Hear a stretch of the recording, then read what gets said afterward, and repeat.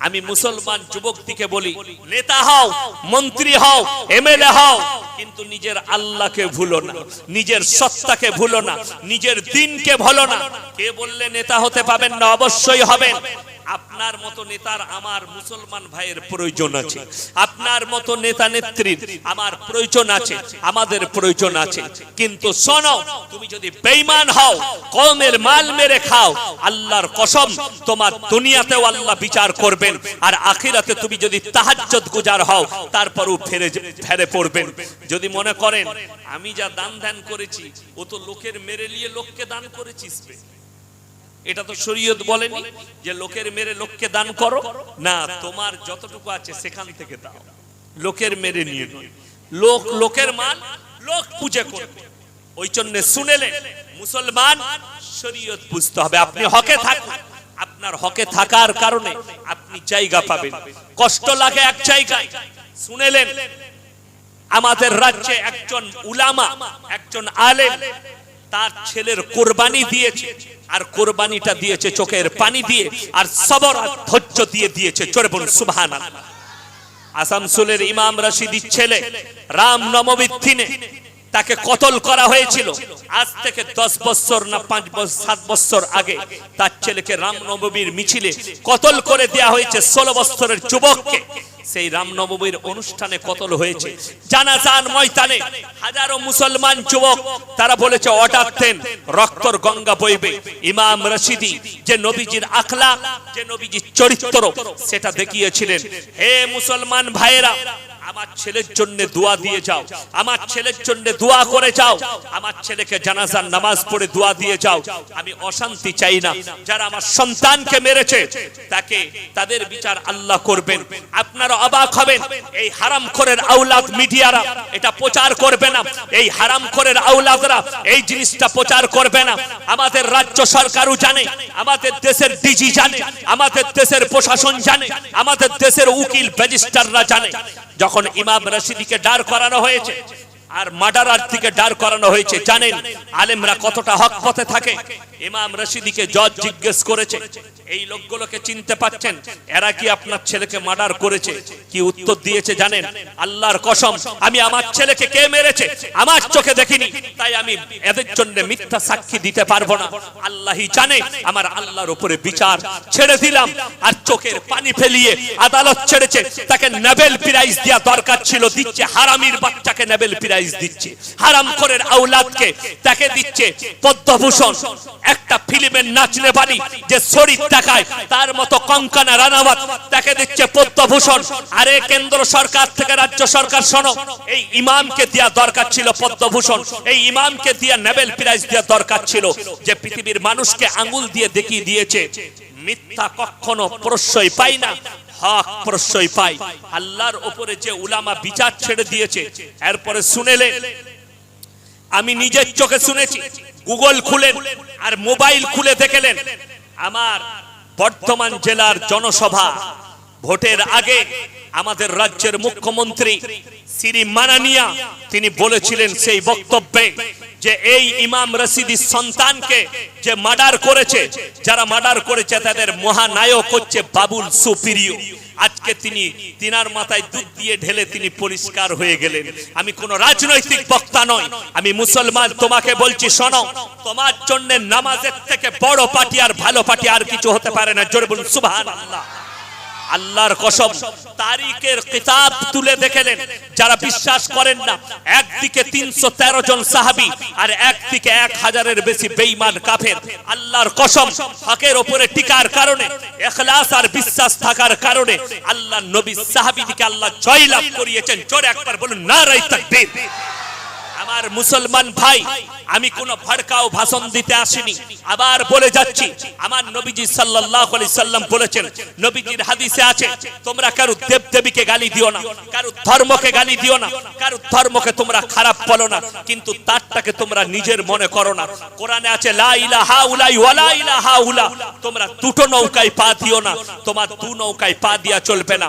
এক আল্লাহর উপরে বিশ্বাস আনতে হবে, ইয়াকিন আনতে হবে। বাকি তোমার বন্ধু একজন ব্রাহ্মণ হতে পারে, একজন হিন্দু হতে পারে।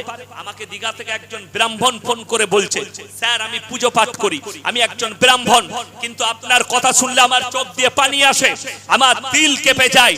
আমি তার জন্য দোয়া করলাম, আল্লাহ তার দিলকে যখন নরম করেছো তুমি তাকে ইসলামের জন্য কবুল করো। জোরে বলুন আল্লাহুম্মা আমিন। আমার এলাকায় চলুন আমার মুসলমান ভাই, আমি দাওয়াত দিয়ে যাচ্ছি। আমার মাদ্রাসা হাই রোডে চাপবেন আপনি, কোথায়? বাগনানে। আমার মাদ্রাসার গেটে নাম এই রোডে, বর্তমান থেকে 26 কিলোমিটারের মাথায়। একদিন মেহমানদারি করবেন, আমি নিয়ে যাব আমার গাড়ি করে আমার এলাকায়, আমার পাশের থানায় একটা গ্রামে নিয়ে যাব। খালি দাঁড়িয়ে দেখবেন দৃশ্যটা, আপনার মন ভরে যাবে, চোখ দিয়ে পানি বেরিয়ে আসবে। তাদেরকে কেউ তলোয়ার ঠেকায়নি, তাদেরকে কেউ জোর জবরদস্তি করেনি। 130 ঘর দলিত ভাই একসঙ্গে ইসলাম কবুল করেছে। জোরে বলুন সুবহানাল্লাহ। তাদেরকে কেউ দাওয়াত দিতে যায়নি, তাদেরকে কেউ দাওয়াত দিতে যায়নি, তাদের ঘাড়ে কেউ গর্দনে তলোয়ার রাখেনি। আমার কষ্ট লাগে, ভারতের যে সমস্ত গন্ড মূর্খরা স্বপ্ন দেখছে मुसलमान को मिटा देंगे, इस्लाम को मिटा देंगे। मेरे भाई अगर मुसलमान को मिटाना चाहते हो तो 40 करोड़ मुसलमान के कत्ल आम करने पड़ेगी। आओ कत्ल करो, हम तो तैयार हैं, क्योंकि मोमिन के लिए जो अल्लाह का दोस्त होंगे, कुरान के अंदर है इन्ना औलिया अल्लाहि ला खौफुन अलैहिम वला हुम याहजानुन। যারা আমার বন্ধু হবে তাদের দুনিয়া এবং পরকালে কোনো জায়গায় ভয় নাই। জোরে বলুন সুবহানাল্লাহ। বিশ্বাস রাখবেন, আমার জন্য দোয়া রাখবেন। আল্লাহর কসম, আমি না মৃত্যুকে ভয় করি না পরকালকে ভয় করি। কেন? যে আল্লাহর বন্ধু হবে তার দুনিয়ার পরকাল কোনো জায়গায় ভয় নেই। ওই জন্য জেলের কুঠরি ভয় অন্য কেউ কি দেখাবে? আমার মতো মৌলবি শওকতের বেটা ইয়াসিনকে দেখাতে এসো না, আমাকে জেলে দিবে। ডাকো তোমার থানার পুলিশকে, আর আমার নামে অ্যারেস্ট ওয়ারেন্ট বার করতে বলো। আমি একটা অফিসারকে বলেছি, আমাকে অ্যারেস্ট করার আগে শুভেন্দুকে অ্যারেস্ট করবি, আমাকে অ্যারেস্ট করার আগে দিলীপ বাবুকে অ্যারেস্ট করো। যারা বলেছে মুসলমানদিকে পগার পার করব, মেরে বার করে তব, যারা বলছে মুসলমানদের অধিকার নেই তাদেরকে আগে অ্যারেস্ট করো। আমি তো কখনো একটাও ধর্মের বিরুদ্ধে বলিনি, বলেছি এখনো পর্যন্ত কোন ধর্মের বিরুদ্ধে বলিনি, আর বলবো না। কেন? আমার কাছে শ্রদ্ধা, আমার কাছে অন্তরের, আমার কাছে ভালোবাসার, আমার একটা হিন্দু ভাইয়ের যতটা আমার কাছে মুসলমানের যতটা সম্মান আছে, আমার একটা হিন্দু ভাইয়েরও ততটা আমার কাছে সম্মান আছে। আমার নিজের মায়ের যতটা আমার কাছে সম্মান, আমার দেশের একটা হিন্দু মাকেও আমি ততটা সম্মান করি, আমি ততটাই রেসপেক্ট করি। আমার বোনকে যতটা আমি ভালোবাসি, আমার নিজের আমার দেশের একটা হিন্দু বোনকেও ততটা ভালোবাসি। শুনেলেন আল্লাহর হাবিব সাল্লাল্লাহু আলাইহি সাল্লাম, এটা প্রত্যেকটা মুসলমানের আখলাকটা আসা দরকার আছে। আমার নবীজি নিজের মাথার পাগড়িটা হাতেম তায়ের বিটির মাথায় চাপিয়েছিলেন। আল্লাহর নবী সাহাবীরা বললেন, ইয়া রাসূলুল্লাহ এটা মুশরিকের বিটি। আমার নবীজি ধমক দিলেন, হে আমার সাহাবীরা শোনো, আমি মেয়েদের মাথা ঢাকতে এসেছি, খুলতে আসিনি। জোরে একবার বলুন সুবহানাল্লাহ। আমরা চাই উলামার কষ্ট কোথায় লাগে জানে? একটা সভা দেখলাম ঈদের আগে, ঈদের আগে একটা সভা দেখলাম। সেই সভায় প্রেসের সামনে বক্তব্য রাখছেন বাবা রামদেব। নাম শুনেছেন না শুনেননি? রামদেব পতঞ্জলি। প্রত্যেকটা মুসলমান ভাইকে অনুরোধ করে যাব, ভাই মা বোনকে, পতঞ্জলির মাল কেউ ইউজ করবেন না। জোরে বলুন ইনশাআল্লাহ। পতঞ্জলির মাল কেউ ইউজ করবেন না, এটা মাথায় রাখবেন। কেন? তিনি কি বক্তব্য দিচ্ছে শুনেন। हिंदुस्तान के अंदर, दुनिया के अंदर मुसलमान का एक ही काम। क्या काम? कोटा काज बोलना की बोले एकटा काज, एक ही काम। क्या? नमाज पढ़ो, फिर बलात्कार करो, धर्षण करो, क्राइम करो, चोरी करो, टाका डालो, बम फोड़ो, गोली चलाओ, सब कुछ जायज। কত বড় নোংরা ভাষা বলেছে জানেন? बाबा जी अगर हिम्मत है तो हमसे जरा बैठो, हम तुम्हारे आंख पर उंगली रखकर हम बता देंगे कि बलात्कार मुसलमान किया कि किसने का। আমার ভাই আপনারা দেখাতে পারবেন গোটা হাওড়া ডিস্ট্রিক্টে কোন একটা ইমাম জেলে আছে 10টা ধর্ষণ করে? কথা বলেন আছে? নাই। ভারতবর্ষই দেখাতে পারবেন না। আর আপনাকে দেখিয়ে দেব রাজা রামপাল 150 থেকে 200টা মেয়ের বলাৎকারী বাবা জেলের কুঠরিতে বসে আছে। আসারাম কয়েকশো মেয়ের বলাৎকারী বাবা জেলের কুঠরিতে আছে। বাবা রাম রহিম যাকে বিটি বলেছে তাকেই ধর্ষণ করেছে। কয়েকশো মেয়েকে বলাৎকার করে মার্ডার করে গুফায় পুঁতেছে, জেলের কুঠরিতে বন্ধ হয়ে পড়ে আছে। बाबा रामदेव जी पूरे हिंदुस्तान में एक इमाम दिखा दो जिसने मस्जिद के अंदर बलात्कार किया है, एक भी नहीं दिखा सकते। जोरे बोलून ना सुभान अल्लाह। কষ্ট এই জায়গায় লাগে, মেপে কথা বলুন, বুঝে কথা বলুন। কার সম্পর্কে বলছি? আমাকে মেদিনীপুরে একটা ছেলে প্রশ্ন দিয়েছে, হুজুর শিবলিঙ্গ নিয়ে বলবেন। আমি বললাম কোন হারামখোর দিলি রে? আমি তো জানি না শিব সম্পর্কে, শিবলিঙ্গ সম্পর্কে, যে ধর্ম সম্পর্কে আমার জ্ঞান নেই, আমি কেন আলোচনা করব? আমি তো উল্টো আলোচনা করব, ঠিক কিনা কথা বলে? আমি ভুল করে ফেলবো, তার দ্বারা অন্য ব্যক্তি হিন্দু ভাইরা কষ্ট পাবে আমার ভাষার দ্বারা, যেহেতু যেটা নয় আমি সেটা বলে ফেলবো। আমাকে শিবলিঙ্গ নয় তোর লিঙ্গ নিয়ে যদি বলতে পারিস তা আমি বলে দেবো। তুই কিরকম করে কাটবি, কেমন ভাবে মুসলমানি করবি, কেমন ভাবে ধুবি, এগুলো আমি বলে দেবো। শিবলিঙ্গ নিয়ে বলতে পারবো না, যেহেতু আমার জ্ঞান নেই। ওই জন্য আমার ভাই যে সম্পর্কে জ্ঞান নেই সেই সম্পর্কে আলোচনা করো। কোরআন এত সুন্দর ভাষা দিয়েছে, আমাদের দেশের অনেক মুসলমান লোক জানে না। যারা ডিবেটে বসছে তাদের জানা উচিত, ডিবেট তুমি রাজনীতি নিয়ে ডিবেট করো, দেশ নিয়ে ডিবেট করো, শিক্ষা নিয়ে ডিবেট করো, যে কোনো দিক নিয়ে ডিবেট করো, ধর্ম নিয়ে ডিবেট করো। কেন? কোরআনে আছে ওয়াইদা খাতাবাহুমুল জাহিলুনা ক্বালু সালামা। সূরা ফুরকান। যাদের ধর্ম সম্পর্কে জ্ঞান নেই, যারা অশিক্ষিত মূর্খ, তাদের সঙ্গে তোমরা তর্ক বিতর্ক করো না। যারা আল্লাহ সম্পর্কে জ্ঞান নেই, রাসূল সম্পর্কে জ্ঞান নেই, কোরআন সম্পর্কে জ্ঞান নেই, তার সঙ্গে তোমরা তর্ক বিতর্ক করো না। ইসলাম নিষেধ করলো, কোরআন নিষেধ করেছে, খুব সাবধান না, তাদের সঙ্গে তর্ক করো না। সে ভুল বুঝে দিবে, ভুল বলে ফেলবে। ওই জন্য যদি কোনো অমুসলিম ভাই কিংবা কোনো নাস্তিক আপনার সঙ্গে বাজারে তর্ক করে, আর আপনি যদি বুঝতে পারেন লোকটা নাস্তিক, লোকটা বেঈমান, নবীজি সম্পর্কে ভুল কথা বলছে, আল্লাহ সম্পর্কে, কোরআন বলছে সালাম জানিয়ে সাইড কেটে পালিয়ে যাও। ওয়াইদা খাতাবাহুমুল জাহিলুনা ক্বালু সালামা। আসসালামু আলাইকুম ভাই, পরে কথা বলবো, সময় নেই, সাইড কেটে পালিয়ে যাও। এটা হচ্ছে নবীজির আদর্শ। তার সঙ্গে তর্ক জড়িয়ে যে তুই দুটো লাঠি চালিয়ে দিলি, ও দুটো লাঠি চালালো, এর নাম ইসলাম নয়। মার খেয়ে ঘুম হয়, মার দিয়ে ঘুম হয়। আপনারা জানেন না? জানেন না? মার খেয়ে এলেন, এক চর খেয়ে এলেন, আপনার ঘুম হবে।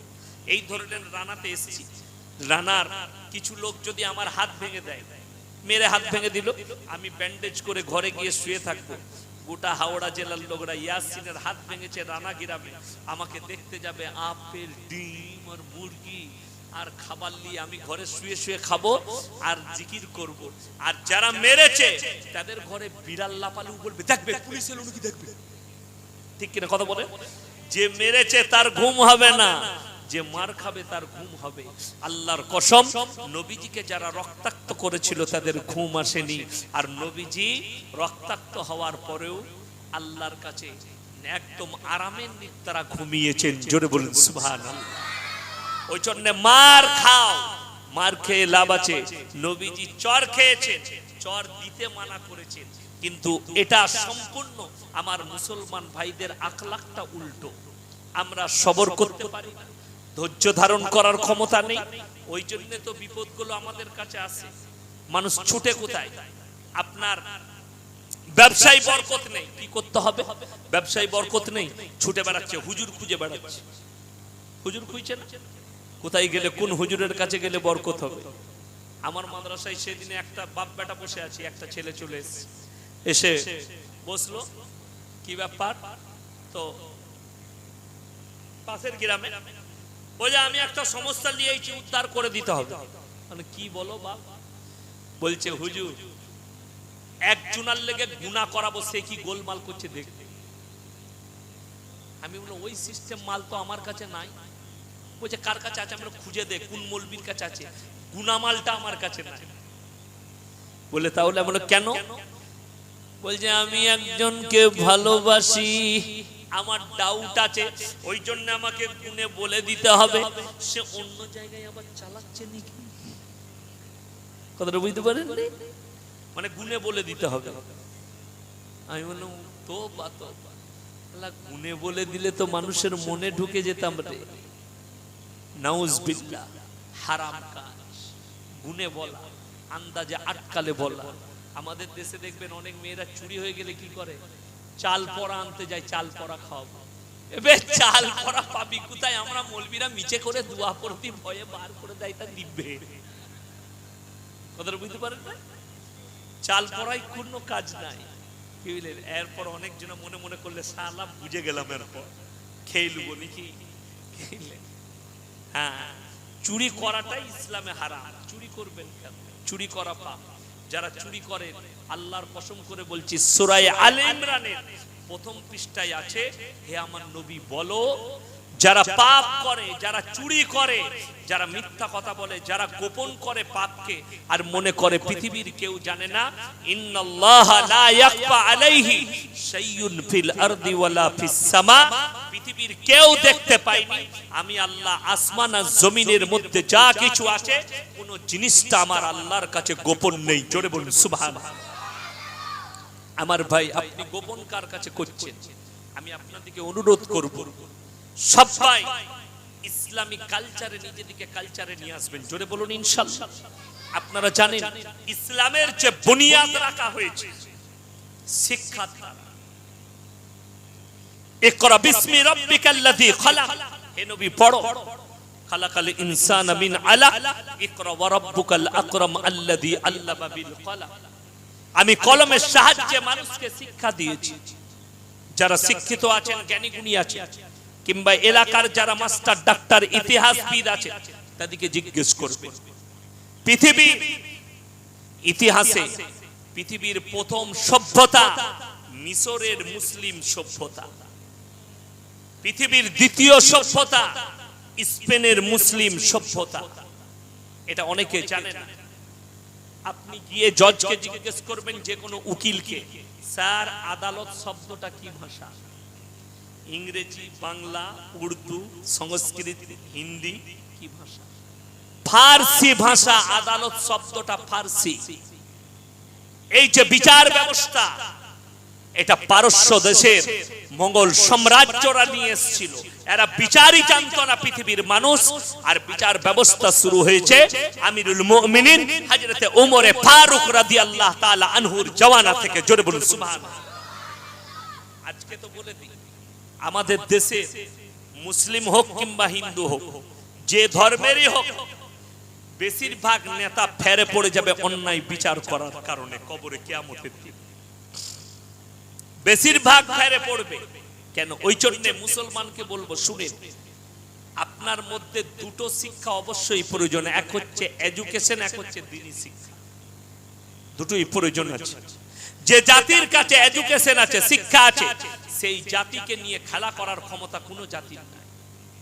যার কাছে এডুকেশন নাই, শিক্ষা নেই, আপনারা জানেন মঙ্গল সাম্রাজ্য এই 100 কোটি মানুষের দেশে, যেখানে যে যুগে মাত্র 10% না 9% মুসলমান ছিল, সেই যুগে 800 বছর মঙ্গল সাম্রাজ্য রাজত্ব করেছে তাদের শিক্ষার দ্বারা, এডুকেশনের দ্বারা। আপনারা জানেন একটা ফতোয়ার কিতাব আছে, ফতোয়ায়ে আলমগীরি। যারা উলামা আছে তারা জানে, যারা ফতোয়া বিভাগ জানে তারা জানে ফতোয়ায়ে আলমগীরি।